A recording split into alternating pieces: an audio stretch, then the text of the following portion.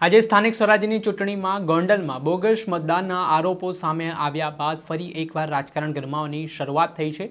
કેશવાડા ગામ બાદ હવે લીલખા ગામે બોગસ મતદાન કરવામાં આવતું હોય તેવા આરોપો આમ આદમી પાર્ટીના નેતા જિગીશા પટેલે લગાવ્યા છે।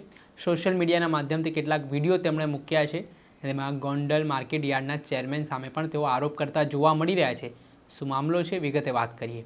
વૈષ્ણવજન તો તેને કહીએ જે પીડ પરાઈ જાનાને રે। દર્શક મિત્રો, નવજીવન ન્યૂઝમાં આપનું સ્વાગત છે। વાત કરીએ તો સ્થાનિક સ્વરાજ્યની ચૂંટણીને લઈને આજે મતદાન પ્રક્રિયા પૂર્ણ થઈ છે। આગામી 28 એપ્રિલે પરિણામ આવવાનું છે, પરંતુ કેટલીક જગ્યાએ બોગસ મતદાન થયા હોય તે પ્રકારના આરોપો પણ વિપક્ષના લોકો દ્વારા લગાવવામાં આવ્યા।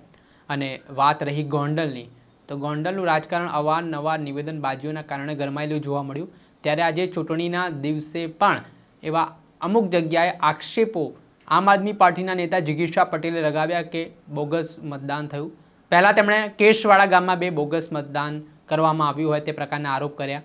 ત્યારબાદ હવે લીલખા ગામ જે ગોંડલમાં આવેલું છે ત્યાં પણ બોગસ મતદાનના આરોપો લગાવતા ખળબળાહટ મચ્યો છે। આને જ લઈને અનેક પ્રકારના સવાલો પણ ઉઠ્યા છે।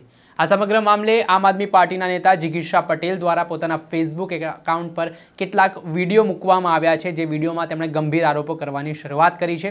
જેમાં જિગીશા પટેલ લખી રહ્યા છે કે લીલખા ગામે બોગસ મતદાન માટે દેવડા તાલુકા પંચાયતના ભાજપના ઉમેદવાર ભરત ઢોલારિયા અને ગોંડલ માર્કેટ યાર્ડના ચેરમેન અલ્પેશ ઢોલારિયા પોતાની ગેંગ સાથે દાદાગીરી કરી 5 થી 6 વાગ્યાના અરસામાં આમ આદમી પાર્ટીના લોકોને દબાવે છે।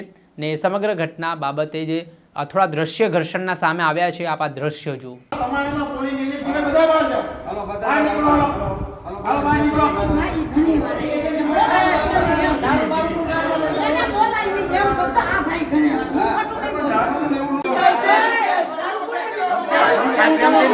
उनके बंद करा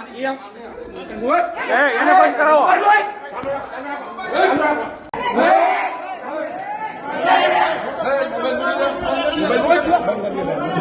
જે રીતે આપ દ્રશ્યમાં જોઈ શકો છો કે હાલ આમ આદમી પાર્ટીના નેતા જિગીશા પટેલે જે ફેસબુક પોસ્ટમાં આરોપ લગાવ્યા છે અને બોગસ મતદાનની આશંકા તેમણે વ્યક્ત કરી છે, તેના કારણે રાજકારણ ગરમાયું છે અને આરોપ પ્રત્યે આરોપનો માહોલ ફરી એકવાર ગોંડલમાં જોવા મળ્યો છે। ત્યારે જોવાનું રહ્યું કે આ મામલામાં ચૂંટણી પંચમાં આ બાબતે ફરિયાદ પણ થઈ હોવાની વિગત કહેવાઈ રહી છે। ત્યારે કઈ રીતની કાર્યવાહી હવે થાય છે, પરંતુ આ આરોપે ફરી ગોંડલની રાજનીતિ ગરમ કરી છે। દર્શક મિત્રો, આવા જ વિડીયો જોવા માટે નવજીવન ન્યૂઝ જોતા રહો।